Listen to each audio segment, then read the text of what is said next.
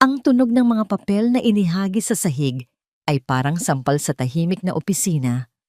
Bawat piraso ay tila may dalang bigat ng kahihiyan at si Liza ang kailangang pumulot ng bawat isa. Ano to, Liza Basura? Ang matinis na boses ni Charlene, ang operations manager ng Hotel Alcantara, ay tumarak sa kanyang pandinig. 3 beses ko nang sinabi sa'yo na ayusin ang inventory report. Ganito ba ang itsura ng maayos para sa'yo? Baka naman ang pamantayan mo ay kasing baba ng posisyon mo dito. Nakatayo si Charlene, ang kanyang mamahaling stiletto ay ilang pulgada lang mula sa mga daliri ni Liza na nanginginig habang nagmamadaling damputin ang mga nagkalat na dokumento. Ang perpektong manicure nito ay kumikinang sa ilalim ng malamig na ilaw ng opisina, isang stark na paalala ng agwat sa pagitan nilang dalawa. Pasensya na po, Ma'am Charlene. Halos pabulong na sagot ni Liza, iniiwasan ang nanlilisik na mga mata ng kanyang superior. Aayusin ko po kaagad. Dapat lang, singhal ni Charlene bago tumalikod at maglakad palabas na tila isang reyna. Hindi ko maintindihan kung bakit pinapanatili pa ng tiyuhin ko ang mga empleyadong palpak na tulad mo. Nang mag-isa na lang napapikit si Liza at huminga ng malalim. Isang matalim na kirot ang biglang kumislot. Sa kanyang sinapupunan, isang paalala na hindi lang sarili niya ang dinadala niya. Maingat niyang hinaplos ang kanyang tiyan na bahagya ng umuumbok sa ilalim ng kanyang uniforme. Kapit lang, anak. Para sa inyo ni Kuya Leo ang lahat ng ito. Ito ang kanyang mantra sa loob ng 5 taon. Para kay Leo ang kanyang 8 taong gulang na bingi na anak at para sa anghel na malapit nang dumating sa kanilang buhay. Ang bawat pangaalipusta, bawat pagod, bawat patak ng luha, tinitiis niya ang lahat para sa kanila. Ang alaala ng nangiti ni Leo, ang nagsisilbing kalasag niya sa kalupitan ng mundo. Ang mga maliliit nitong kamay na bumubuo ng senyas na, "Mahal kita, Mama," ang nagbibigay sa kanya ng lakas na bumangon kinabukasan. Matapos ayusin ang mga papel, dahan-dahan siyang tumayo, ramdam ang bigat sa kanyang likuran. Kailangan niyang magpatuloy. Ang trabahong ito bilang isang utility staff sa Marangyang Hotel Alcantara ang tanging bumubuhay sa kanyang pamilya. Paglabas niya ng opisina, ang Marangyang lobby ng hotel ang bumungad sa kanya. Ang sahig na gawa sa nagniningning na marmol, ang matatayog na kisame na may naglalakihang chandelier at ang mga mayayamang bisita na naglalakad, lahat ay tila ipinapamukha sa kanya kung gaano siya kaliit sa mundong yon. Habang naglalakad siya patungo sa locker room, isang komosyon sa front desk ang nakakuha ng kanyang pansin. Isang disenteng ginoo, nasa mga huling bahagi ng kanyang edad 50, ang kaharap ng isang batang receptionist. Bakas sa mukha ng lalaki ang pagkabigo, habang ang kanyang mga kamay ay mabilis na gumagalaw sa ere, bumubuo ng mga senyas na hindi maintindihan ng kausap. "Sir, I'm sorry po talaga pero hindi ko po kayo maintindihan." Sabi ng receptionist, ang kanyang boses ay puno ng pag-aalala at kaunting pagkataranta. "Gusto niyo po bang isulat na lang?" Umiling ang ginoo. At sa isang saglit nakita ni Liza sa mga mata nito ang isang pamilyar na kalungkutan. Iyon ang parehong kalungkutan na nakikita niya minsan sa mga mata ni Leo kapag hindi nito maipahayag ang kanyang sarili sa isang mundong hindi marunong makinig. Nagsimulang magdebate ang puso at isip ni Liza. "Huwag kang makialam," sabi ng kanyang isip. "Baka mapagalitan ka lang. Baka masisanti ka pa." Ngunit sumisigaw ang kanyang puso. "Tulungan mo siya. Alam mo ang pakiramdam na yan. Huwag mong hayaang maramdaman niya na nag-iisa siya." Nakita niyang napabuntong hininga ang lalaki at akmang tatalikod na. Iyon ang nagtulak kay Liza. Ang isiping aalis ang lalaking iyon na dala ang bigat ng hindi pagkakaintindihan ay hindi niya kaya. Huminga siya ng malalim, tila tatalon mula sa isang mataas na bangin at naglakad palapit. "Sandali po." Mahinang sabi niya. Napatingin sa kanya ang receptionist at ang Ginoo. Sa kabila ng kabang gumagapang sa kanyang dibdib, itinaas ni Liza ang kanyang mga kamay. Gamit ang matatas at magaan na mga kumpas na natutunan niya para kay Leo, bumuo siya ng mga salita sa hangin. Magandang umaga po. Paumanhin sa abala. May maitutulong po ba ako sa inyo? Ang pagbabago sa mukha ng Ginoo ay parang pagsikat ng araw matapos ang isang mahabang gabi. Ang pagkabigo ay napalitan ng pagkagulat at pagkatapos ay ng taos-pusong pasasalamat. Agad itong sumagot gamit ang sarili niyang mga senyas. Salamat hidya, salamat sa Diyos. Akala ko ay wala nang makakaintindi sa akin dito. May problema lang sa reservation ko sa restaurant. Gumaan ang pakiramdam ni Liza habang isinasalin niya para sa receptionist ang pangangailangan ng Ginoo. Habang nag-uusap sila, naramdaman ni Liza ang pagkahilo. Napahawak siya sa makintab na counter, humihinga ng malalim para pakalmahin ang sarili. Ang stress mula sa nangyari kanina kay Charlene at ang tensyon ngayon ay nagsama-sama. Isang matinis na boses ang pumunit sa kanilang katahimikan. Anong kaguluhan ito, Liza? Hindi ba't dapat naglilinis ka sa mga back of house? Anong ginagawa mo dito? Nagpapasikat sa mga bisita. Dumating si Charlene, ang kanyang mga braso ay nakapamaywang at ang mukha ay puno ng pagkasuklam. Tiningnan niya si Liza mula ulo hanggang paa. Pagkatapos ay ang bisitang bingi na may halong pandidiri. Ma'am Charlene, tinutulungan ko lang po si Sir. Hindi ko kailangan ng paliwanag mo. Putol ni Charlene. May mga professional tayong staff para dito. Bumalik ka sa trabaho mo bago pa kita tuluyang paalisin sa hotel na ito. Ang mga salita ni Charlene ay parang latigo, ngunit bago pa makasagot si Liza ang Ginoo, ay humakbang paharap at gumawa ng mabilis at galit na mga senyas, direktang nakatingin kay Charlene. Hindi niya ito naintindihan pero ramdam niya ang bigat nito. Sa itaas sa penthouse office na may tanawin ng buong syudad, nakaupo si Don Ricardo Alcantara sa kanyang malaking mesa na gawa sa mahogany. Sa kanyang harapan ay isang malawak na monitor na nagpapakita ng iba't ibang anggulo mula sa mga security camera ng hotel. Ang kanyang mga mata matalas at laging mapagmatsyag ay nakatutok sa isang eksena sa lobby. Nakita niya ang lahat. Ang pag-aalangan ng kanyang utility staff, ang biglaang paglakas ng loob nito, at ang paraan ng paggalaw ng mga kamay nito, mga kumpas na kasing pamilyar sa kanya tulad ng sarili niyang paghinga. Isang pamilyar na kirot ang gumuhit sa kanyang puso. Ito ang lengguwahe ng kanyang yumaong asawa, si Victoria. Nakita niya ang pagdating ng kanyang pamangkin si Charlene at ang kawalan ng respeto nito. Nakita niya ang pagkahilo ni Liza at ang pagkapit nito sa counter. Ngunit higit sa lahat nakita niya ang tapang sa gitna ng kahinaan. Isang bagay na matagal na niyang hindi nakikita sa loob ng kanyang hotel. Habang nagkakagulo sa lobby, nanatiling kalmado ang mukha ni Don Ricardo. Ngunit sa ilalim ng kanyang kontroladong anyo, isang desisyon ang nabubuo. Dahan-dahan niyang kinuha ang telepono sa kanyang mesa at pinindot ang isang numero. Jose. Sabi niya sa kanyang hepe ng seguridad. Ang kanyang boses ay mahinahon, ngunit may bigat ng awtoridad. I-monitor mo ang babaeng yan sa lobby. Yung naka-uniforme, alamin mo ang lahat tungkol sa kanya. Ibinaba niya ang telepono. Ang kanyang mga mata ay hindi pa rin inaalis sa monitor, nakatitig sa babaeng nagbalik ng isang alaala na matagal na niyang sinubukang ibaon sa limot.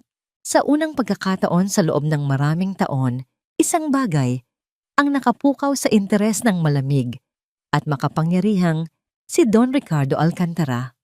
At hindi niya alam kung ito ba ay magiging isang biyaya o isang sumpa. Ang bawat hakbang ni Liza patungo sa elevator ay tila may bigat ng 1,000 kaba. Ang executive floor ay isang lugar na naririnig lang niya sa mga kwentuhan ng ibang empleyado, isang sagradong teritoryo kung saan ang mga desisyon na nagpapatakbo sa buong hotel ay isinasagawa. At ngayon, siya isang hamak na utility staff ay ipinatawag sa pinakasentro nito. Habang paakyat ang elevator, hindi niya maiwasang ilagay ang kamay sa kanyang tiyan. Ang pag-aalala niya ay hindi lang para sa sarili. Kung masisanti siya ngayon, paano na si Leo, paano na ang sanggol sa kanyang sinapupunan? Ang sahod niya sa Hotel Alcantara ang nag-iisang bumubuhay sa kanila. Ang pagkawala nito ay parang pagguho ng kanilang munting mundo. Bumukas ang pinto ng elevator sa isang mahaba at tahimik na pasilyo. Malambot na karpet ang sumasalo sa bawat yapak niya, tila nilalamon ang anumang ingay. Sa dulo ng pasilyo ay isang malaking pinto na gawa sa dark wood. Ito na iyon, ang opisina ni Don Ricardo Alcantara. Kumatok siya ng 3 beses ang tunog, ay tila nakakabingi sa katahimikan. Pasok! Isang boses mula sa loob ang tumugon, kalmado, malalim at puno ng awtoridad. Dahan-dahan niyang pinihit ang seradura. Ang opisina ay malawak at minimalist. Mula sa salaming pader, sa kanyang likuran tanaw, ang buong lungsod. Ngunit ang atensyon ni Liza ay na kay Don Ricardo na nakaupo sa likod ng kanyang malaking mesa. Ang kanyang anyo ay tila parte ng muebles matatag at hindi natitinag. "Maupo ka, miss." Tiningnan nito ang isang folder sa kanyang mesa. Liza. Umupo si Liza sa silyang nasa harapan ng mesa, nararamdaman ang lamig ng leather kahit sa kanyang uniforme. Nananatili siyang tahimik, hinihintay ang hatol na siguradong magpapabago sa kanyang buhay. "Saan mo natutunan yon?" tanong ni Don Ricardo. Diretsong nakatingin sa kanyang mga mata. Walang paligoy-ligoy. Ang alin po, sir?" Naguguluhang tanong ni Liza. "Ang sign language." Napalunok si Liza.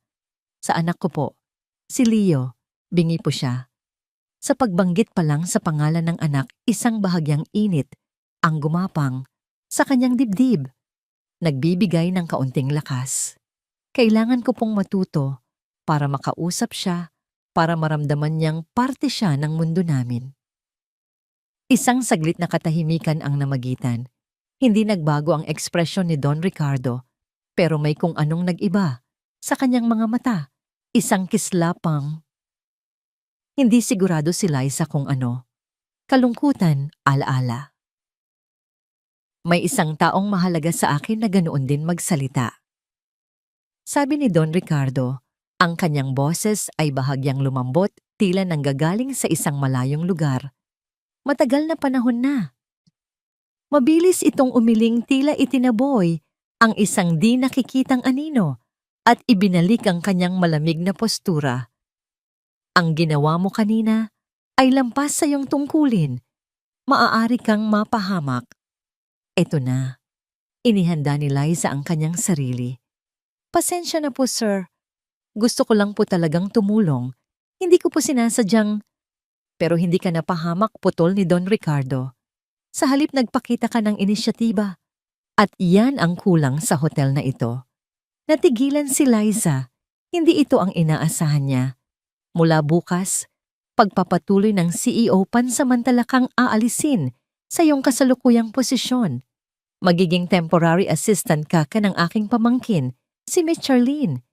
May darating tayong isang napakahalagang bisita at kailangan niya ng lahat ng tulong na maaari niyang makuha. Parang bombang sumabog ang mga salita sa isip ni Liza. Magiging assistant ni Charlene iyon ay hindi gantimpala. Iyon ay isang parusa. Tila nabasa ni Don Ricardo ang kanyang iniisip. Ang trabahong ito ay nangangailangan ng pasensya at tibay ng loob. Tumingin ito sa kanya ng makahulugan. "Sigurado ka bang kaya mo ang pressure?" Ang tanong ay simple, ngunit naramdaman ni Liza ang mas malalim na kahulugan nito. Tila nakita ni Don Ricardo ang kanyang pagkahilo kanina, ang kanyang kalagayan. Ito ay isang pagsubok, isang hamon. Inayos niya ang kanyang pagkakaupo. Hinugot ang lakas mula sa 2 buhay na umaasa sa kanya. "Opo, sir. Kakayanin ko po." Mabuti, sabi ni Don Ricardo at kinuha ulit ang folder. Isang senyales na tapos na ang kanilang pag-uusap. Makakaalis ka na. Lumabas si Liza sa opisina na lutang ang isip. Hindi siya natanggal. Sa katunayan, binigyan pa siya ng bagong responsibilidad. Ngunit ang magtrabaho sa ilalim ni Charlene ay parang paglalakad sa pugon ng apoy. At hindi siya nagkamali. Kinabukasan pagpasok niya sa opisina ni Charlene, isang mapanuyang ngiti ang sumalubong sa kanya. Tingnan mo nga naman ang napadpad dito, sabi ni Charlene nakasandal sa kanyang upuan. Ang munting tagapagligtas. Narinig ko ang balita. Huwag mong isipin na dahil pinapunta ka dito ng tiyuhin ko, ay espesyal ka na. Para sa akin, utusan ka pa rin. Ang buong araw ni Liza ay naging isang impyerno. Inutusan siya ni Charlene na ayusin ang mga lumang dokumento sa isang maalinsangan at walang aircon na bodega. Pagkatapos pinabili siya ng kape sa isang coffee shop na 3 kanto ang layo mula sa hotel kahit na may sariling cafe sa loob.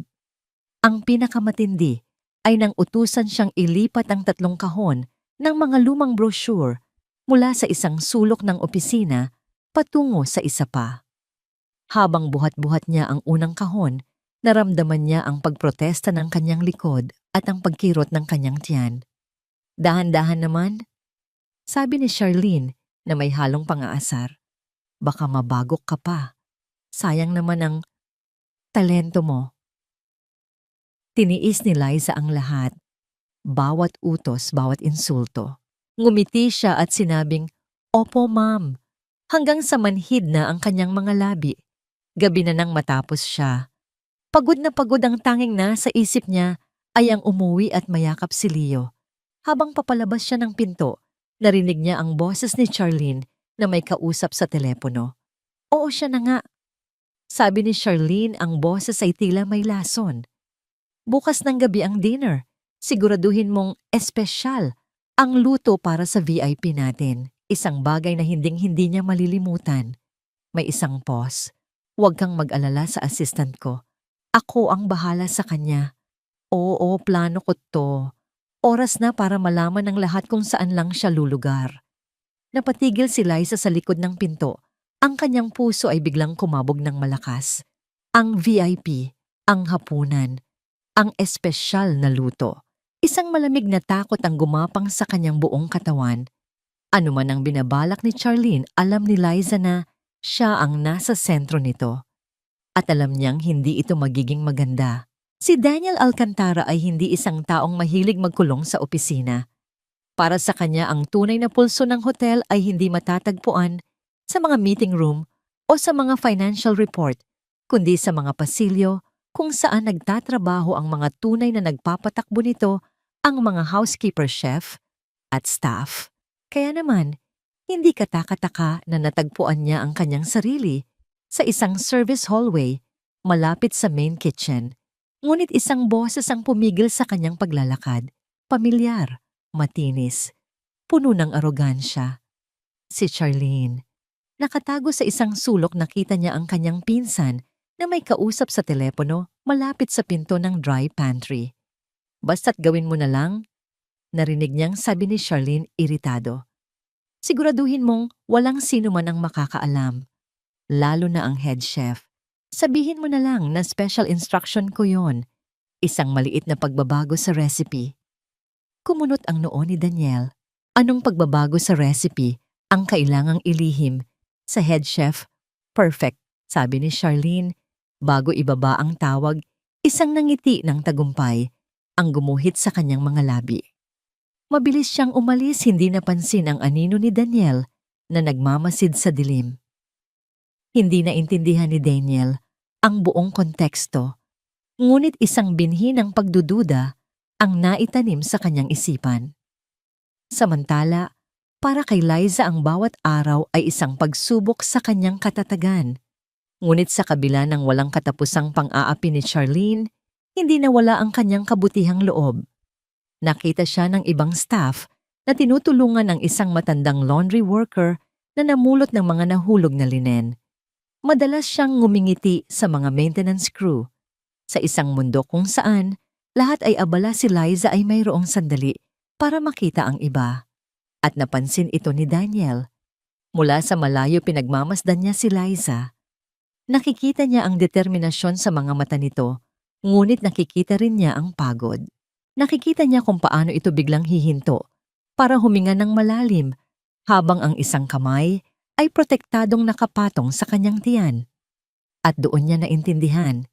Isang hapon, habang abala si Liza sa pag-aayos ng mga bulaklak sa labi, nilapitan siya ni Daniel.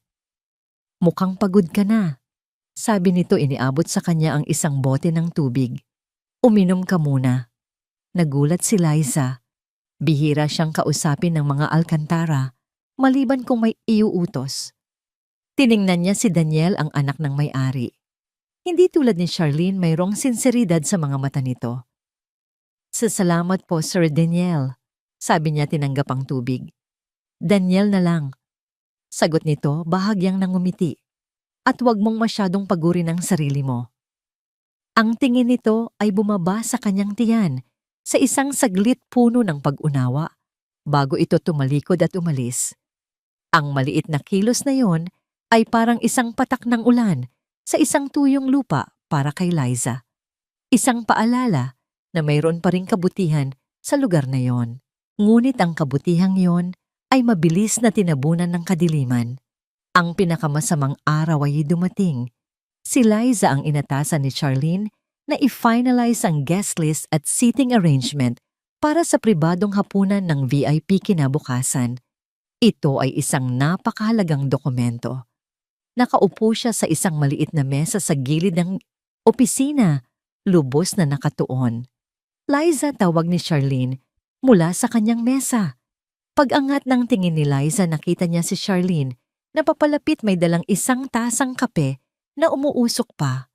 Ang bawat hakbang nito ay tila kalkulado.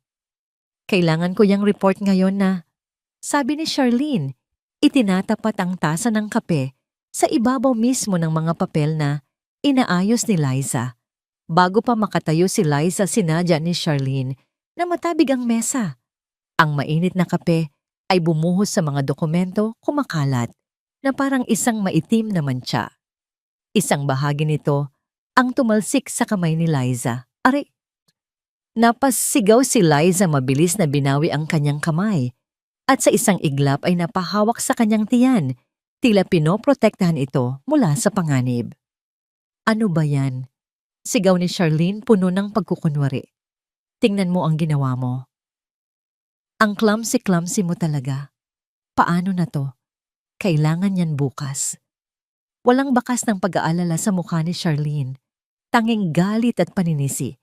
Itinapon nito ang walang lamang tasa sa basurahan. "Ayusin mo yan. Gusto kong makita yan sa mesa ko bago ka umuwi. Naiintindihan mo." Naiwan si Liza na nanginginig sa sakit sa gulat at sa galit na hindi niya mailabas. Tiningnan niya ang nasirang mga papel, ang kanyang pinaghirapan na naging basura sa isang iglap. Ang tanging nagawa niya ay tumango at pabulong na sumagot, "Opo, ma'am." Kinailangan niyang ulitin ang lahat mula sa simula. Gabi na nang matapos siya, ang kanyang likod ay nangangalay at ang kanyang mga mata ay nanlalabo sa pagod. Bago umuwi, naisip niyang kumpirmahin ang isang huling detalye, ang espesyal na sangkap. Para sa main course, bukas isang bihirang klase ng saffron na ipinagmamalaki ng kanilang head chef. Dumiretso siya sa kusina na ngayon ay halos wala ng tao. Hinanap niya ang logbook ng mga delivery sa pantry. Doon nakita niya ang entry, 50 GT Premium Spanish Saffron delivered and received. Ngunit sa ilalim nito may isa pang entry na isinulat gamit ang ibang panulat. Mas bago. Saffron, returned incorrect order, replaced with 50 G local Kasuba. Napakunot ang noo ni Liza. Kasuba, iyon ay isang murang pangkulay na halos walang lasa, malayong malayo sa kalidad ng saffron. Tiningnan niya ang pirma sa tabi ng entry. Isang magulo at mabilis na pagkakasulat. Hindi pirma ng head chef, pero ang dalawang letra na nabuo mula sa gulo. C.A. Charlene Alcantara. Biglang nag-ugnay ang lahat sa kanyang isipan. Ang narinig niyang pag-uusap sa telepono, ang espesyal na luto. Ang paglihim nito sa head chef. Sinisira ni Charlene ang pinakaimportanteng putahe para sa pinakaimportanteng bisita. At bukas sa hapunan, kapag pumalpak ang lahat, alam na alam ni Liza kung sino ang ituturo nito. Nabitawan niya ang logbook. Ang mga papel ay lumikha ng isang mahinang kaluskos sa tahimik na kusina. Ang kanyang puso ay nagsimulang tumibok na parang tambol, hindi dahil sa takot para sa kanyang trabaho kundi dahil sa kasamaang nasasaksihan niya. Naitanim na ang mga binhi ng galit at bukas ng gabi aanihin ang bunga nito. Ang pribadong silid-kainan ay binalot ng isang magarang katahimikan. Ang tunog lang na maririnig ay ang mahinang kalansing ng mga kubyertos sa mga mamahaling plato at ang halos pabulong na pag-aalok ng alak ng sommelier. Sa kabisera ng mesa, nakaupo si Don Ricardo Alcantara. Ang kanyang muka ay nagpapakita ng bihirang ngiti ng pagiging isang punong abala. Sa kanyang kanan ang VIP na si G. Manuel na tahimik na sinusuri ang bawat detalye. At sa kanyang kaliwa si Charlene na parang isang ahas na naghihintay ng tamang oras para manuklaw. Nakatayo si Liza sa isang sulok, hindi nakikita, ngunit laging handa ang kanyang mga mata ay maingat na nagmamasid sa bawat galaw ni G. Manuel. Nagsimula ang hapunan. Ang appetizer, isang scallop ceviche, ay inihain. Kumuha si G. Manuel ng isang subo, ngumuya, at sa isang saglit isang bahagyang gatla ang lumitaw sa pagitan ng kanyang mga kilay. Mabilis itong nawala, ngunit nakita ito ni Liza. May mali. Sumunod ang sabaw, isang creamy asparagus soup. Muli ang parehong reaksyon, isang halos di halatang pag-iling ng ulo. Ramdam ni Liza ang panlalamig ng kanyang mga kamay. Bawat reaksyon ng bisita ay parang isang dagok sa reputasyon ng hotel. Tumingin siya kay Don Ricardo, ngunit abala ito sa pakikipag-usap sa ibang mga kasama sa mesa. Si Charlene naman ay may isang kakaibang ngiti sa kanyang mga labi. At pagkatapos dumating ang pinakahihintay na sandali. Ang head chef mismo, si Chef Antonio, ang nagtulak ng silver food trolley. Sa ibabaw nito ay ang pièce de résistance, ang lamb shank a la Victoria, isang recipe na ipinangalan sa yumaong asawa ni Don Ricardo. Ito ay hindi lang basta pagkain. Ito ay isang alaala, isang parangal. Isang karangalan, G. Manuel, na maihain sa inyo ang pinakapuso ng aming kusina. Sabi ni Chef Antonio, ng buong pagmamalaki habang maingat na inilalagay ang perpektong luto na tupa sa plato ng bisita. Ang amoy pa lang ay kahanga-hanga. Huminto ang lahat ng usapan. Ang lahat ng mga mata ay na kay G. Manuel. Dahan-dahan niyang hiniwa ang malambot na karne. Isinubo. At sa pagkakataong ito, ang kanyang reaksyon ay hindi na maitatago. Ang kanyang mukha ay nagpakita ng lantarang pagkadismaya. Ibinaba niya ang kanyang kubyertos. Ang katahimikan ay naging mabigat. May problema ba, Manuel? Tanong ni Don Ricardo. Ang ngiti ay unti-unting nawawala sa kanyang mukha. Tumingin si G. Manuel kay Liza. Alam niya na siya lang ang makakapaghatid ng kanyang mensahe. Itinaas niya ang kanyang mga kamay. Ang bawat kumpas ay malinaw at matalas. Nanginginig na nagsalin si Liza. Sabi po niya ang tupa ay malambot. Huminto siya sandali. Ngunit nawawala ang kaluluwa. Ang lasa mo ay simple, parang mura. Ang salitang mura ay lumutang sa hangin na parang isang sumpa. Namutla si Chef Antonio. Imposible. Mabilis siyang kumuha ng isang kutsara at tinikman ang sarsa mula sa pinggan. Ang kanyang mukha ay nagbago mula sa pagkalito patungo sa purong sindak. Ang saffron, hindi ito saffron, ito ay kasubha. Isang kolektibong paghinga ng pagkagulat ang narinig sa buong silid. Ang mukha ni Don Ricardo ay naging kasing tigas ng bato. Ang kahihiyan sa kanyang mga mata ay mabilis na napalitan ng nagyeyelong galit.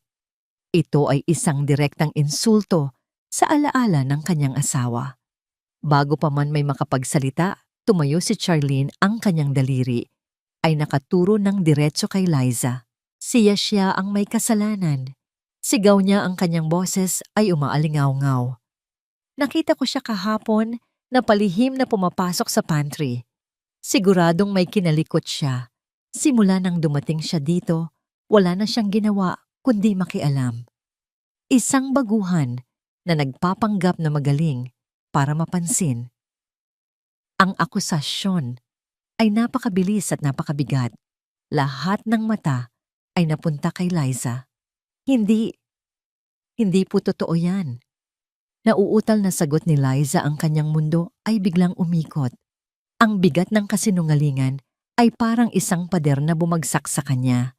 At kasabay ng pagbagsak na yon, isang matinding sakit ang biglang pumilipit sa kanyang sinapupunan, isang sakit na mas matalas kaysa sa anumang naramdaman niya dati.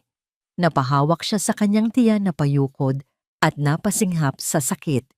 Nakita ito ni Charlene, ngunit sa halip na mag-alala, isang mapanuyang ngiti ang sumilay sa kanyang mga labi. "Ayan na, tingnan ninyo." Sabi niya, sa lahat ang kanyang boses ay puno ng lason. Ngayon naman ay magkukunwaring may sakit para takasan ang responsibilidad. Kahabag-habag. Ang kalupitan sa mga salitang yon ang tuluyang nagpaguho kay Liza. Ngunit ang huling dagok ay hindi galing kay Charlene. Tumahimik. Ang boses ni Don Ricardo ay parang kulog nagpatigil sa lahat. Ang kanyang mga mata ay nakatuon kay Liza, walang bahid ng awa. Tanging galit at kahihiyan. "Binigyan kita ng pagkakataon." Sabi niya, "ang bawat salita ay mabigat at malamig. At sinira mo ang tiwala ko, ipinahiya mo ang hotel na ito, nilapastangan mo ang alaala ng aking asawa." Lumapit siya sa mesa kung saan nakalagay ang mga platong hindi pa nais-serve. "Umalis ka sa paningin ko." Utos niya, ang kanyang boses ay mababa, ngunit puno ng panganib. "At linisin mo ang kalat na ginawa mo." Iyon ang hatol, sa harap ng mga manager, sa harap ng VIP, sa harap ng lahat. Si Liza, ang temporary assistant, ay ibinalik sa pagiging isang tagalinis ng pinagkainan. Parang robot na kumilos si Liza. Ang sakit sa kanyang tiyan ay wala nang hihigit pa sa sakit ng kanyang puso. Bawat plato na kanyang dinadampot ay may bigat ng kanyang nawasak na dignidad. Ang mga mapanghusgang tingin ay tumutusok sa kanyang likuran. Ang nangiti ng tagumpay ni Charlene ay nakaukit sa gilid ng kanyang paningin. Nang makuha niya ang huling plato, hindi na niya kinaya. Mabilis siyang tumalikod at halos takbuhin ang pasilyo. Hindi sa kusina, hindi sa locker. Dumiretso siya sa pinakamalapit na banyo ng mga babae. Isinandal niya ang kanyang likod sa malamig na pader at dahan-dahang dumausdos paupo sa sahig. Doon sa ilalim ng malupit na puting ilaw at sa gitna ng katahimikan, ang lahat ng kanyang tinitiis ay bumuhos. Ang mga luha ay dumaloy ng walang tigil. Humagulgol siya hindi dahil sa galit, kundi dahil sa kawalan ng pag-asa. Nawala na ang lahat. Gumuho na ang mundo niya. Ang sahig ng banyo ay malamig sa kanyang balat, ngunit hindi nito kayang palamigin ang apoy ng kahihiyan na nagliliyab sa kanyang dibdib. Yakap-yakap ni Liza ang kanyang mga tuhod, ang kanyang mga hikbi ay umaalingaw-ngaw sa malinis at walang buhay na espasyo. Bawat patak ng luha ay nagdadala ng tanong, bakit ako? Isang mahinang katok sa pinto ang pumutol sa kanyang pag-iisa. Hindi siya sumagot. Siguradong isa lang itong empleyado na nagkataong gagamit ng banyo. "Miss Liza," isang pamilyar at mahinahong boses ang tumawag mula sa labas. "Ako to, si Jose." Si Mang Jose ang hepe ng seguridad, ang matandang lalaki na laging may ngiti sa labi at parang lolo ng lahat. Dahan-dahan siyang tumayo, pinunasan ang kanyang mga luha, gamit ang likod ng kanyang kamay.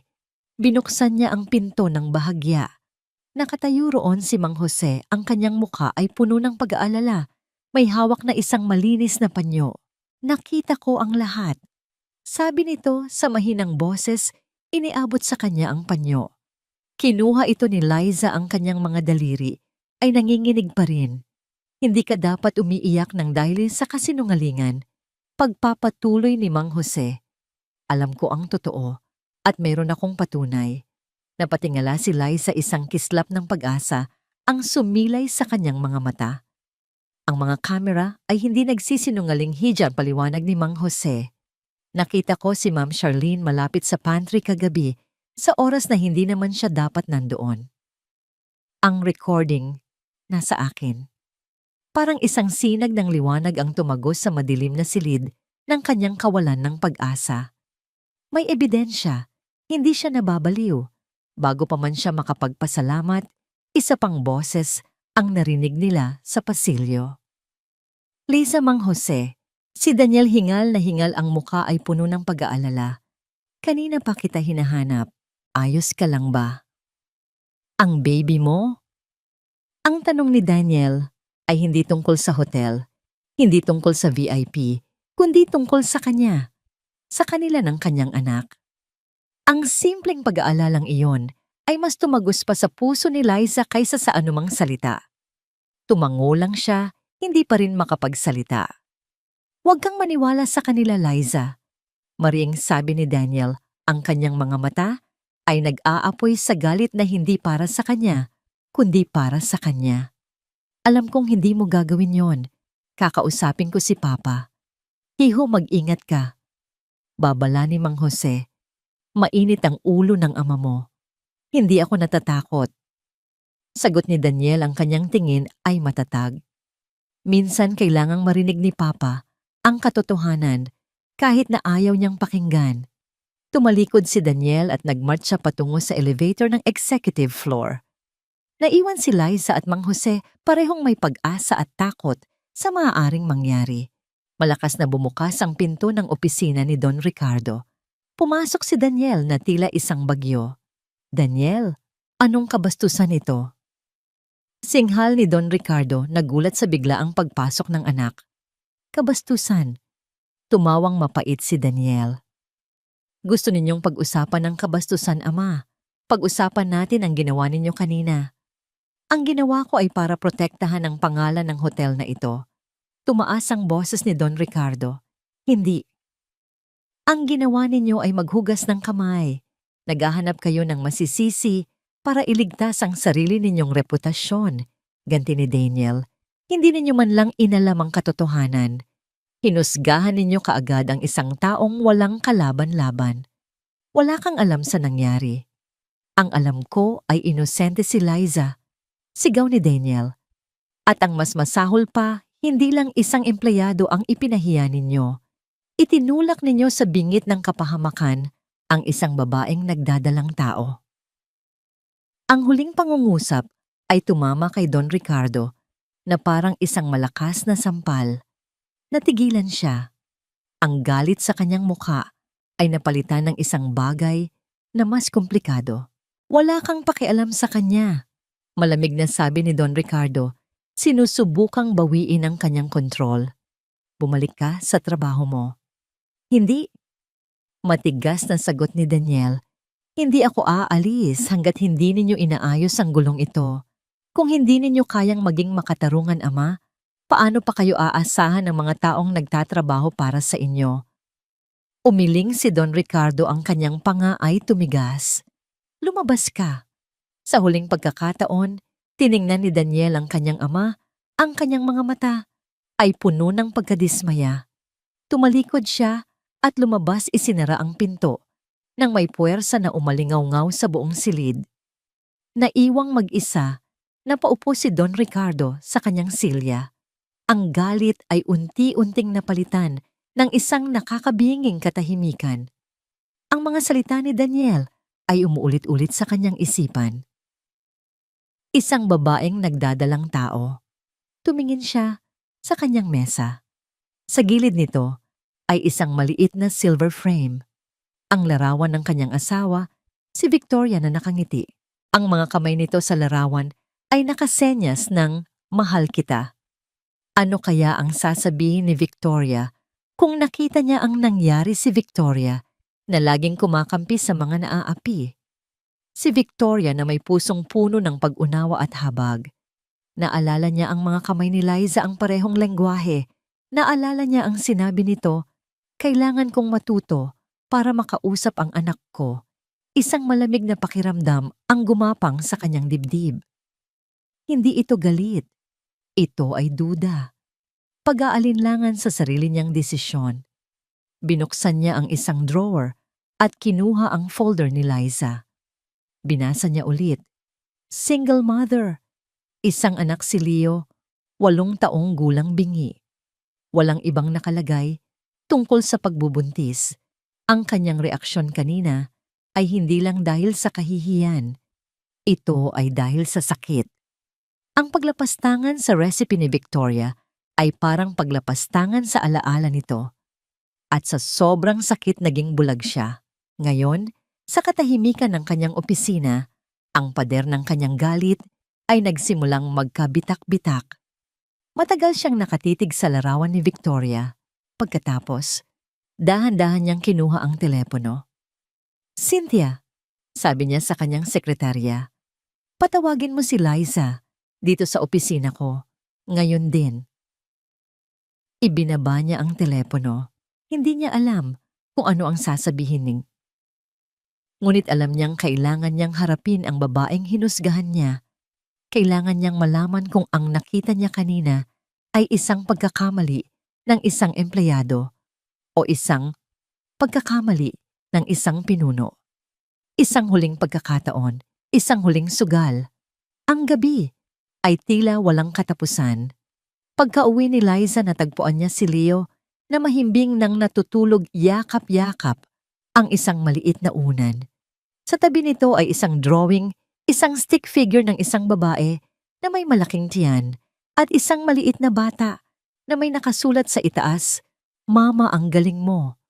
Ang simpleng mensahe na yon ang nagbigay sa kanya ng lakas. Humiga siya sa tabi ni Leo, hinaplos ang buhok nito at ipinangako sa sarili na hindi siya susuko. Hindi para sa kanya kundi para sa 2 buhay na nakadepende sa kanya. Kinabukasan, pumasok siya sa Hotel Alcantara na may bagong determinasyon. Ang takot ay nandoon pa rin, ngunit natabunan na ito ng isang matinding pangangailangan na patunayan ang kanyang sarili. Ang pagpupulong nila ni Don Ricardo ay maikli ngunit mabigat. Ang anibersaryo ng hotel ay sa susunod na linggo. Sabi ni Don Ricardo, ang kanyang boses ay walang emosyon. Ikaw ang mamamahala sa pangunahing presentasyon para sa mga investors at media. Gusto kong makita kung ano ang kaya mong gawin kapag nasa iyo ang lahat ng kontrol. Walang paghingi ng tawad, walang pag-amin ng pagkakamali. Isa itong direktang hamon, isang trial by fire. Opo, sir. Gagawin ko po ang lahat ng makakaya ko. Sagot ni Liza, ang kanyang boses ay matatag. Nagsimula ang pinakamahabang linggo sa buhay ni Liza. Ang kanyang maliit na apartment ay naging isang war room. Ang mesa sa kusina ay natabunan ng mga libro tungkol sa hotel management, mga papel na puno ng kanyang mga sulat kamay na ideya, at mga tasa ng maligamgam na salabat. Madalas inaabutan siya ng umaga na nakaupo roon, ang tanging ilaw ay mula sa kanyang lumang laptop. Ngunit hindi lang ito tungkol sa mga numero at marketing strategies. Sa bawat pahinang kanyang binabasa, isang mas malalim na konsepto ang nabubuo sa kanyang isipan. Hindi lang ito tungkol sa pagbebenta ng mga kwarto at serbisyo. Ito ay tungkol sa pagbebenta ng karanasan. Isang karanasan na nag-iiwan ng marka sa puso. Hospitality without barriers. Ito ang naging sentro ng kanyang presentasyon. Isang hotel na hindi lang tumatanggap, kundi yumayakap sa lahat ng uri ng tao, anuman ang kanilang kalagayan o kapansanan. Ang inspirasyon, si Leo. Habang nagtatrabaho siya, si Daniel ay laging nasa tabi niya, hindi bilang isang boss, kundi bilang isang kaagapay. Siya ang nagdadala ng pagkain kapag nakakalimutan na ni Liza kumain. Siya ang naghahanap ng mga datos na kailangan niya. Minsan sa sobrang pagod nakakatulog si Liza sa mesa. Gigising na lang siya na may kumot na sa kanyang balikat At makikita niya si Daniel na tahimik na nag-aayos ng kanyang mga papel. "Bakit mo to ginagawa?" tanong ni Liza isang gabi. "Dahil naniniwala ako sa'yo." Simpleng sagot ni Daniel, ang kanyang mga mata ay puno ng sinseridad. "At dahil ipinapaalala mo sa akin kung ano ang tunay na mahalaga." Sa mga tahimik na sandaling iyon, isang koneksyon ang nabubuo sa pagitan nila, isang koneksyon na mas malalim pa sa pagkakaibigan. Ngunit pareho nilang alam na hindi pa ito ang tamang panahon. Samantala, si Charlene ay nagmamasid mula sa malayo. Sa labas, nagpapakita siya ng sapilitang kooperasyon. Ibinibigay niya ang mga dokumentong hinihingi ni Liza, ngunit laging huli, laging may kulang. Ngunit sa loob, ang inggit ay parang lason na kumakalat sa kanyang sistema. Hindi niya matanggap na ang isang basura ayon sa kanya ay binigyan ng ganitong pagkakataon.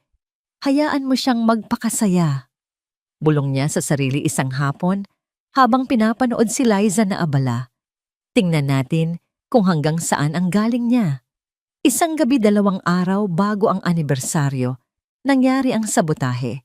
Iniwan ni Liza ang kanyang laptop sa opisina para kumain sandali. Pagbalik niya, ang screen ay blanko. Ang kanyang presentasyon, ang file na pinagpuyatan niya ng halos 1 linggo, ay nawala. Corrupted. Hindi na mabuksan. Isang malamig na takot ang bumalot sa kanya. Sinubukan niya ang lahat, ngunit wala. Ang lahat ng kanyang pinaghirapan ay naglaho.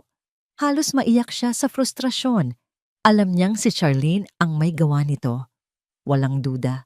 Ngunit wala siyang pruweba. Dumating si Daniel at nakita ang kanyang sitwasyon.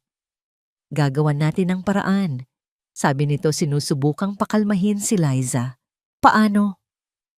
"Wala na tayong oras," sabi ni Liza, ang kanyang boses ay nanginginig.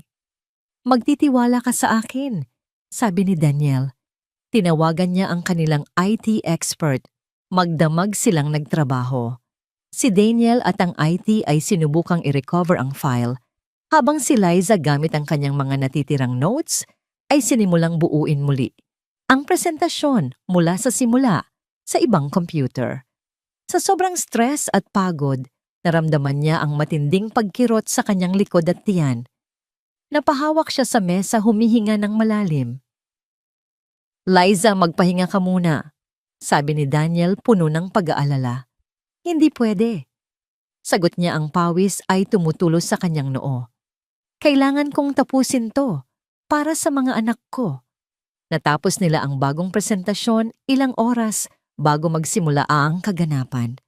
Pagod, puyat, ngunit buo. Inilagay ni Liza ang bagong file sa isang malinis na USB. Habang papunta siya sa event hall, nakasalubong niya si Charlene sa pasilyo. May hawak itong sariling USB. "Oh, Liza, narinig ko ang nangyari sa file mo. Nakakalungkot." Sabi ni Charlene, ang kanyang mga mata ay nangaasar. "Buti na lang at may backup ako ng ilang files mo. In-update ko lang para sa'yo. Ibigay mo na lang to sa tech booth. Baka mas kompleto to." Iniabot ni Charlene ang USB. Tiningnan ito ni Liza, pagkatapos ay tumingin siya ng diretso sa mga mata ng kanyang pinsan. Nakita niya ang kasinungalingan. Ang panlilin lang. "Salamat, Ma'am Charlene," sabi ni Liza, kinuha ang USB ni Charlene. "Pero mas gusto kong gamitin ang gawa ko." Ang ngiti ni Charlene ay bahagyang naglaho. Hindi niya inaasahan ang pagtanggi. Nagpatuloy si Liza sa paglalakad, hawak ng mahigpit ang 2 USB. Alam niya sa puso niya na ang hawak niyang USB mula kay Charlene ay hindi isang tulong. Ito ay isang patibong. Ang huling sandata sa digmaan na sinimulan nito. Ang Alcantara Grand Ballroom ay puno ng mga maimpluwensyang tao.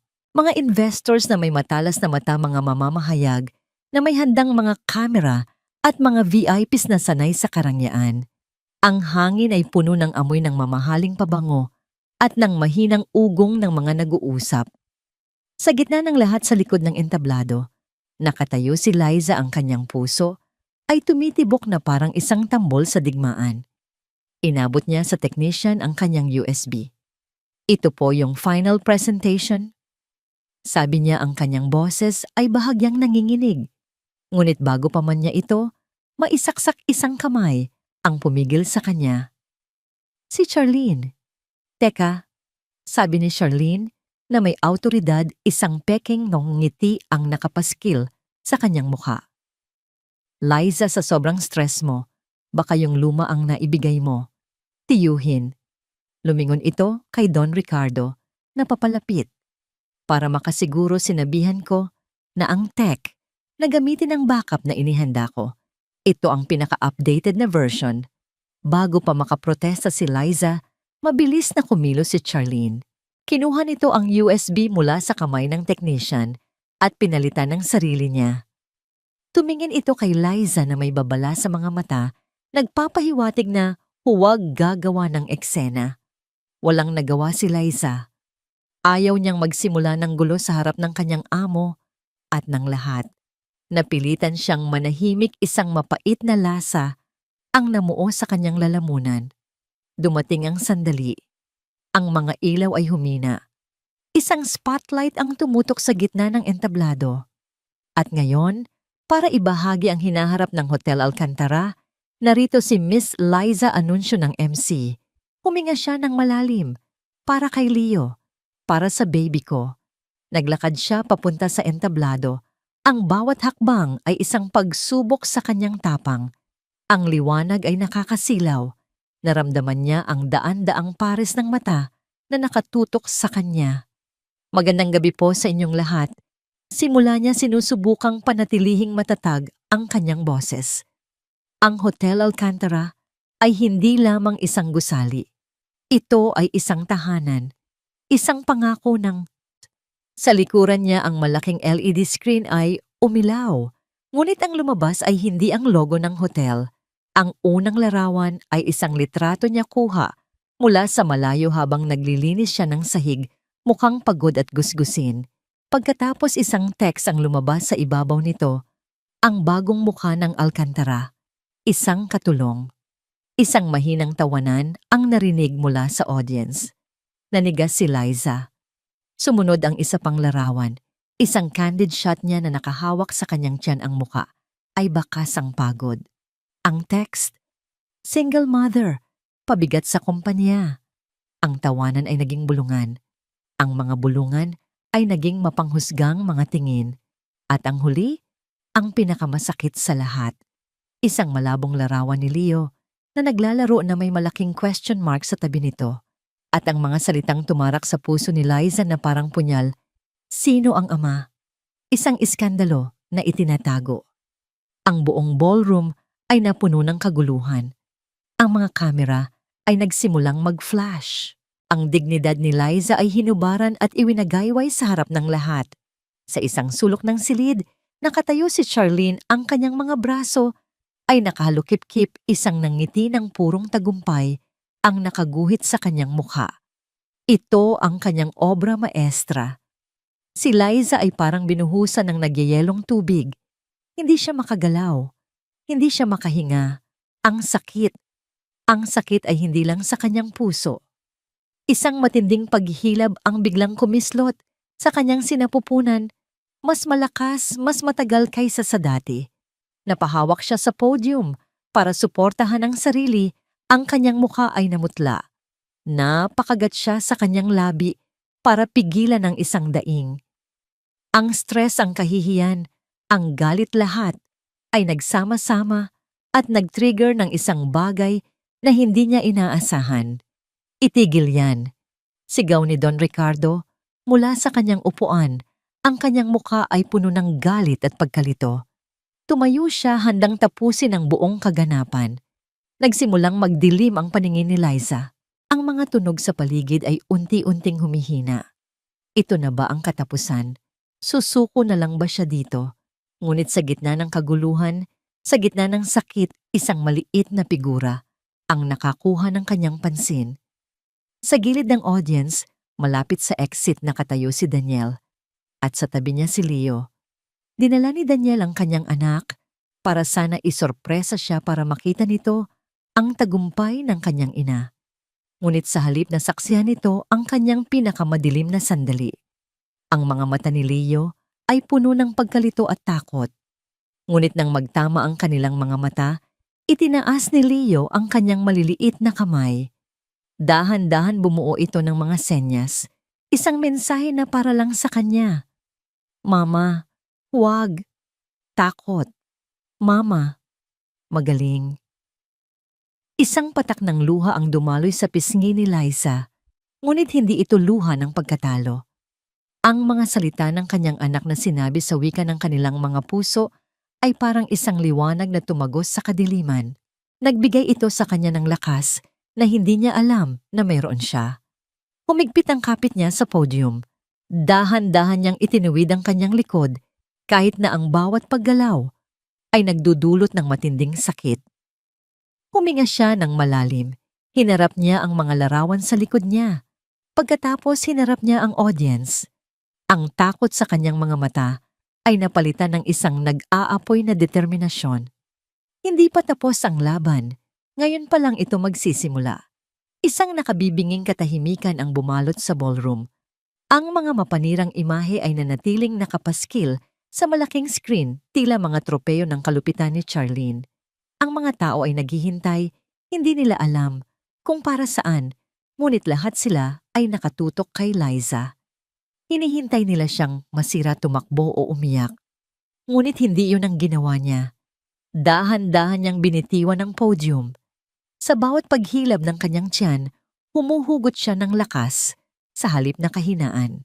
Lumakad siya palayo sa podium, palayo sa nakahandang script at tumayo sa pinakagitna ng entablado. Tinalikuran niya ang screen, tila sinasabing ang mga kasinungalingan sa likod niya ay walang kapangyarihan sa kanya. Hinarap niya ang audience ng direkta. Ang mga larawang nakikita ninyo sa likod ko, simula niya ang kanyang boses ay nanginginig sa simula, ngunit unti-unting nagkakaroon ng bigat at tibay. Ay totoo. Oo, ako po ay isang single mother. At nagsimula ako sa hotel na ito bilang isang utility staff naglilinis ng sahig. Isang bulungan ng pagkagulat ang dumaan sa mga manunood. Walang sino man ang inaasahan ng pag-amin. Ang bawat larawan dyan ay nagpapakita ng isang bahagi ng aking buhay. Pagpapatuloy niya habang isang matinding kirot ang muling dumaan sa kanyang katawan. Napapikit siya sandali, ngunit nang magmulat siya, mas naging matatag ang kanyang tingin. Ngunit hindi nito sinasabi ang buong kwento. Tumingin siya sa direksyon kung nasaan si Leo, ang kanyang mga mata ay lumambot. Itinaas niya ang kanyang mga kamay. Ang totoong kwento ko ay tungkol sa isang ina na gagawin ang lahat para sa kanyang mga anak. Ang totoong kwento ko ay tungkol sa pag-aaral ng bagong wika. Ang kanyang mga kamay ay nagsimulang gumalaw kasabay ng kanyang mga salita. Ang wika ng katahimikan, ang wika ng puso, para lang masabi sa aking bingi na anak kung gaano ko siya kamahal. Habang nagsasalita at nagsesenya siya ang audience, ay nabighani. Ang kanyang mga kilos ay may dalang emosyon na hindi kayang ipahayag ng mga salita lamang. Ang totoong kwento ko, sabi niya, ang kanyang boses ay tumaas puno ng damdamin, ay ang pagtuklas na ang tunay na hospitality ay hindi tungkol sa malalambot na unan o mamahaling pagkain. Ito ay tungkol sa pag-unawa. Ito ay tungkol sa pagbibigay ng espasyo para sa lahat, lalo na sa mga taong madalas na hindi nakikita at hindi naririnig ng mundo. Bigla niyang binaling ang kanyang tingin sa kung nasaan si J. Manuel, ang VIP, na naging dahilan ng kanyang pagsubok. Ito ay tungkol sa pag-intindi sa isang bisita, hindi lang sa kanyang mga salita, kundi sa kanyang frustrasyon, sa kanyang pag-asa, sa kanyang pagnanais na maramdaman na nabi siya ay kabilang. Sa sandaling iyon, isang bagay na kamangha-mangha ang nangyari. Tumayo si J. Manuel. Sa gitna ng daan-daang tao, nagsimula siyang pumalakpak. Isang mabagal, sinserong palakpak. Iyon ang hudyat. Isang investor ang sumunod. Pagkatapos ay isa pa. Hanggang sa ang buong ballroom na kanina lang ay puno ng panghuhusga, ay umalingaw-ngaw sa malakas na palakpakan. Ang mga taong kanina'y tumatawa, ay ngayon ay nakatayo, ang kanilang mga mukha ay puno ng paghanga at respeto. Si Charlene ay nanatiling nakatayo sa sulok hindi makapaniwala. Ang kanyang perpektong plano ay gumuho sa kanyang harapan. Ang kanyang sandata ay ginamit laban sa kanya. Ang babaeng gusto niyang sirain ay naging isang bayani sa mata ng lahat. Sa likod ng entablado, kumilos si Daniel.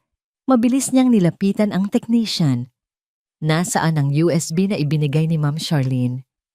Nanginginig na itinuro ito ng technician. Kinuha ito ni Daniel. Ito ang ebidensya. Sa entablado si Liza ay nagsimulang manghina. Ang lakas na dulot ng adrenaline ay unti-unting nawawala at napapalitan ng matinding sakit. Ang mga palakpak ay tila humihina sa kanyang pandinig. Nang matapos ang palakpakan, nagsalita siyang muli. Sa pagkakataong ito ay halos pabulong na, ngunit ang bawat salita ay tumagos sa puso ng lahat. Ang aking plano para sa Hotel Alcantara ay simple lang po. Sabi niya, gawin itong isang lugar kung saan ang wika ng puso ay nauunawaan ng lahat. Tumingin siya sa direksyon ni Charlene. Ang kanyang mga mata ay hindi na nagpapakita ng takot. Tanging awa. Dahil sa huli, ang pinakamalaking kapansanan ay hindi ang hindi makarinig o hindi makapagsalita. Sabi niya ang kanyang tingin ay matalas at direkta. Ang pinakamalaking kapansanan ay ang hindi marunong makiramdam. Sa huling mga salitang yon, naramdaman niya ang pagbigay ng kanyang mga tuhod. Ngunit bago pa man siya bumagsak si Daniel, ay nasa tabi na niya sinalo siya. Ang gabi ng paghuhukom ay tapos na. Ngunit ang huling pagtutuos ay malapit nang maganap. Ang palakpakan ay napalitan ng nag-aalala-lalang mga bulungan nang makita ng lahat si Daniel na buhat-buhat si Liza pababa ng entablado. Si Mang Jose ay mabilis na sumalubong sa kanila. Ang kanyang radyo ay nasa bibig na. Kailangan natin ng medic dahlia ninyo. Si Don Ricardo na tila nagising mula sa isang masamang panaginip ay mabilis na lumapit.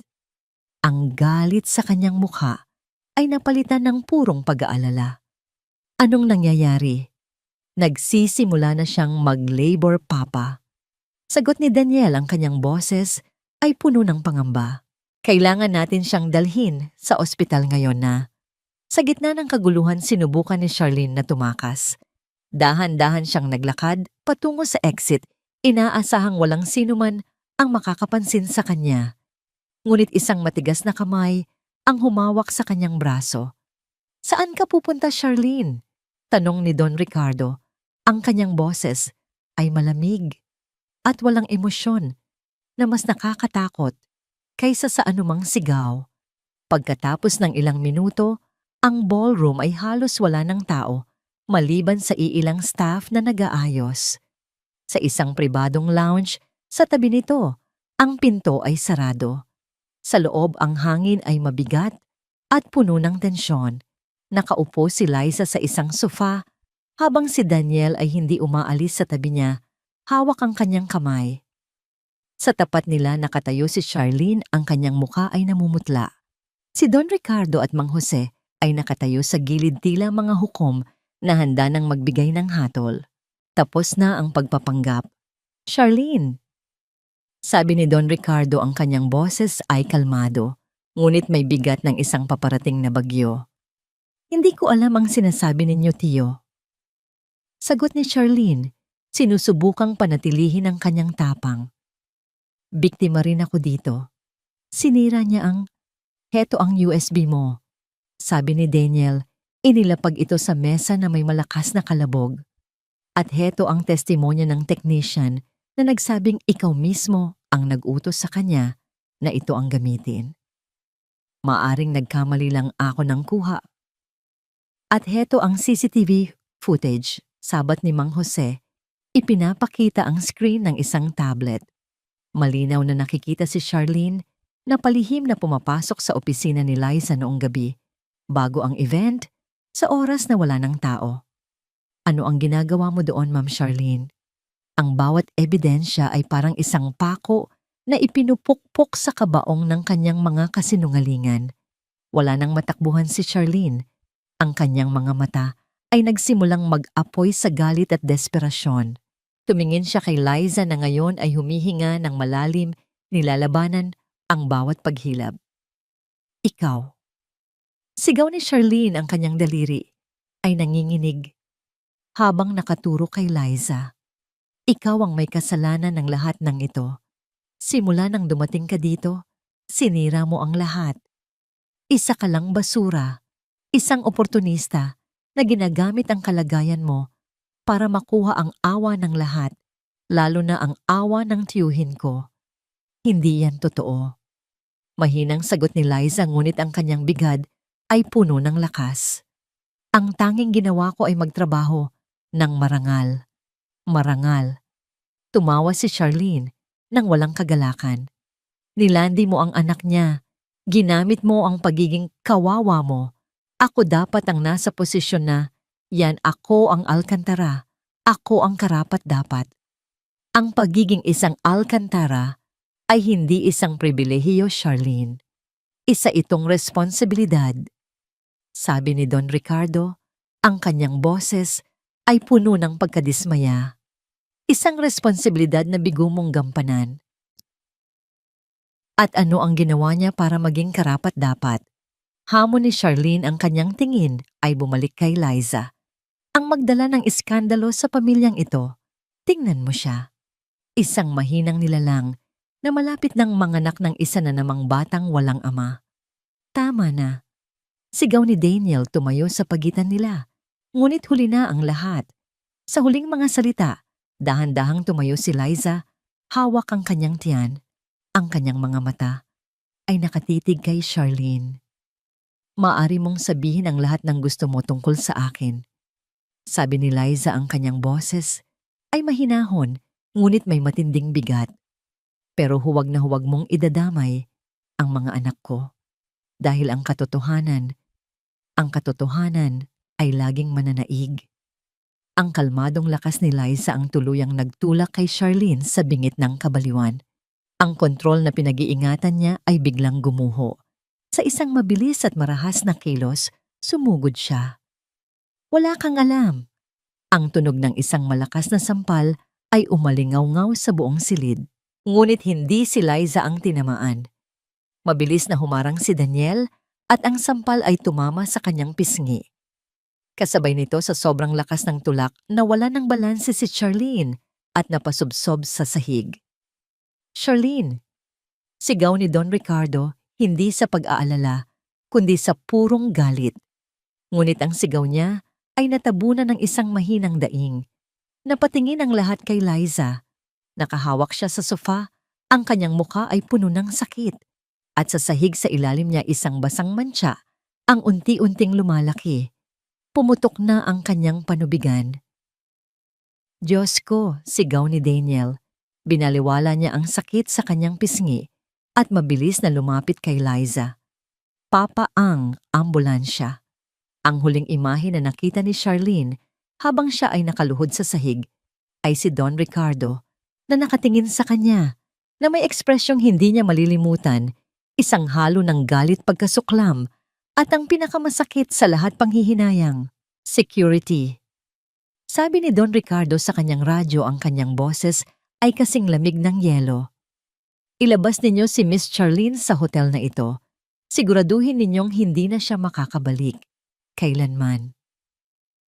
Habang si Liza ay inaalalayan palabas patungo sa naghihintay na ambulansya at habang si Charlene ay kinaladkad ng mga gwardiya na parang isang kriminal, alam ng lahat na isang kabanata sa Hotel Alcantara ang tuluyan ng nagsara at isa namang bago na isinilang mula sa sakit at katatagan ang malapit ng magsimula. Ang puting kulay ng silid sa ospital ay nakakasilaw, ngunit para kay Liza ito ang pinakamagandang tanawin sa buong mundo. Sa kanyang mga bisig mahimbing na natutulog ang isang munting anghel, ang kanyang bagong silang na anak na babae. Maliit, malusog at perpekto. Pagkatapos ng bagyo dumating ang kalmado. Pagkatapos ng sakit dumating ang biyaya. Isang mahinang katok sa pinto ang naririnig niya. Bumukas ito at pumasok si Daniel. May dalang isang maliit na buke ng mga bulaklak. Sa likod niya medyo alanganin ay si Don Ricardo. Pasensya na sa abala, sabi ni Daniel sa mahinang boses. Ngumiti si Liza. Ayos lang, tulog pa naman siya. Lumapit si Daniel at maingat na inilagay ang mga bulaklak sa mesa. Tumingin siya sa sanggol at isang ngangiti na puno ng paghanga ang sumilay sa kanyang mga labi. Kamukha mo siya. Lumapit din si Don Ricardo, ang kanyang karaniwang matigas na anyo ay napalitan ng isang bagay na mas malambot. Tumingin siya sa sanggol, pagkatapos ay kay Liza. Sa kanyang mga mata, nakita ni Liza ang isang bagay na hindi niya inaasahan pagsisisi. Liza, sabi ni Don Ricardo, ang kanyang boses ay mas mahina kaysa sa karaniwan. Wala akong ibang masabi, kundi patawad sa lahat ng nangyari sa aking pagkabulag. Inabot nito ang isang sobre. Ito ang kontrata mo. Hindi bilang assistant, kundi bilang pinuno ng isang bagong departamento na itatayo natin. Ang Department of Guest Experience and Inclusivity. Ikaw ang magpapatakbo, ikaw ang magpapalago. Naluha si Liza, hindi dahil sa posisyon, kundi dahil sa pagkilala. Sa wakas, nakita siya hindi bilang isang biktima, kundi bilang isang leader. At ito, dagdag ni Don Ricardo, nag-aalangan, ay isang maliit na tulong para sa inyong mag-ina. Isa itong tseke. Isang maliit na paraan para masabi kong pinagsisisihan ko ang lahat. Salamat po, sabi ni Liza, ang kanyang boses ay naglalaman ng taos-pusong pasasalamat. Maraming salamat po. Makalipas ang 6 na buwan, ang sikat ng araw ay tumatagos sa malalaking salaming bintana ng isang bagong opisina sa executive floor. Sa pinto, isang makintab na plaque ang nakasulat, Liza, Director Guest Experience and Inclusivity. Sa loob nakaupo si Liza sa kanyang mesa, ngunit hindi siya nag-iisa. Sa isang playpen sa gilid ang kanyang 6 na buwang gulang na anak si Victoria. Isang pangalang iminungkahi ni Don Ricardo ay masayang naglalaro. Ang Hotel Alcantara ay nagbago. Sa lobby ang mga receptionist ay sumasailalim na sa pagsasanay sa sign language. May mga bagong rampa para sa mga naka-wheelchair. Ang mga menu sa restaurant ay mayroon ng braille version. Ang mga maliliit na pagbabago ni Liza ay lumikha ng malalaking alon ng pagbabago at ang reputasyon ng hotel ay umabot sa isang bagong antas. Hindi na lang ito tungkol sa luho. Ito ay tungkol sa tunay na pag-aaruga. Pumasok si Daniel sa opisina, hindi na kumatok. Sa kanyang kamay ay 2 tasa ng kape. Coffee break, Madam Director. Ngumiti si Liza.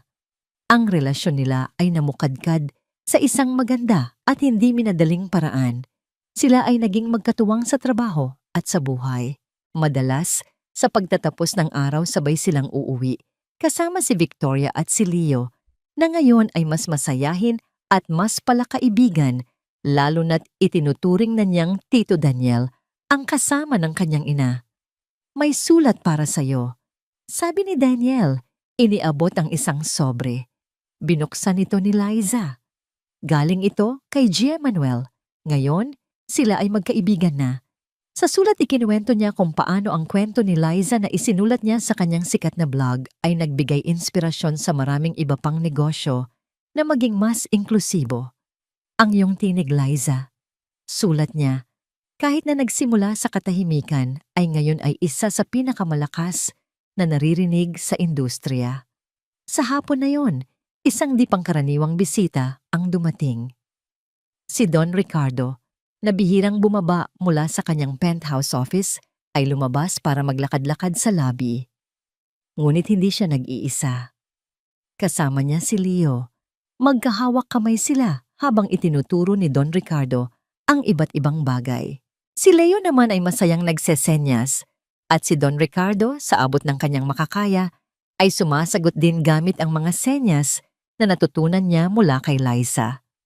Natagpuan ng matandang lalaki ang isang bagong layunin, isang paraan para bigyang pugay ang alaala ng kanyang asawa sa pamamagitan ng pagyakap sa mundo nito, isang mundong muling ipinakilala sa kanya ng isang babaeng may pambihirang tapang. Ang nangiti sa kanyang muka ay totoo na hindi napilit. Natagpuan niya ang kapayapaan. Mula sa bintana ng kanyang opisina, pinanood ni Liza ang eksena sa ibaba. Si Don Ricardo at si Leo. Si Daniel na papalapit sa kanila. Ang kanyang maliit na Victoria na mahimbing na natutulog. Ang kanyang pamilya. Isang pamilyang binuo hindi ng dugo, kundi ng pagsubok, pagpapatawad at pagmamahal. Napatingin siya sa lobby sa mismong lugar kung saan nagsimula ang lahat, isang simpleng alok ng tulong mula sa isang babaeng takot na minsan ay gustong maging invisible. Hindi niya akalain na ang isang maliit na alon ng kabutihan ay maaring lumikha ng isang karagatan ng pagbabago. Napangiti si Liza. Ang bilog ng kabutihan ay umikot na. At sa pagkakataong ito lumikha ito ng isang tahanan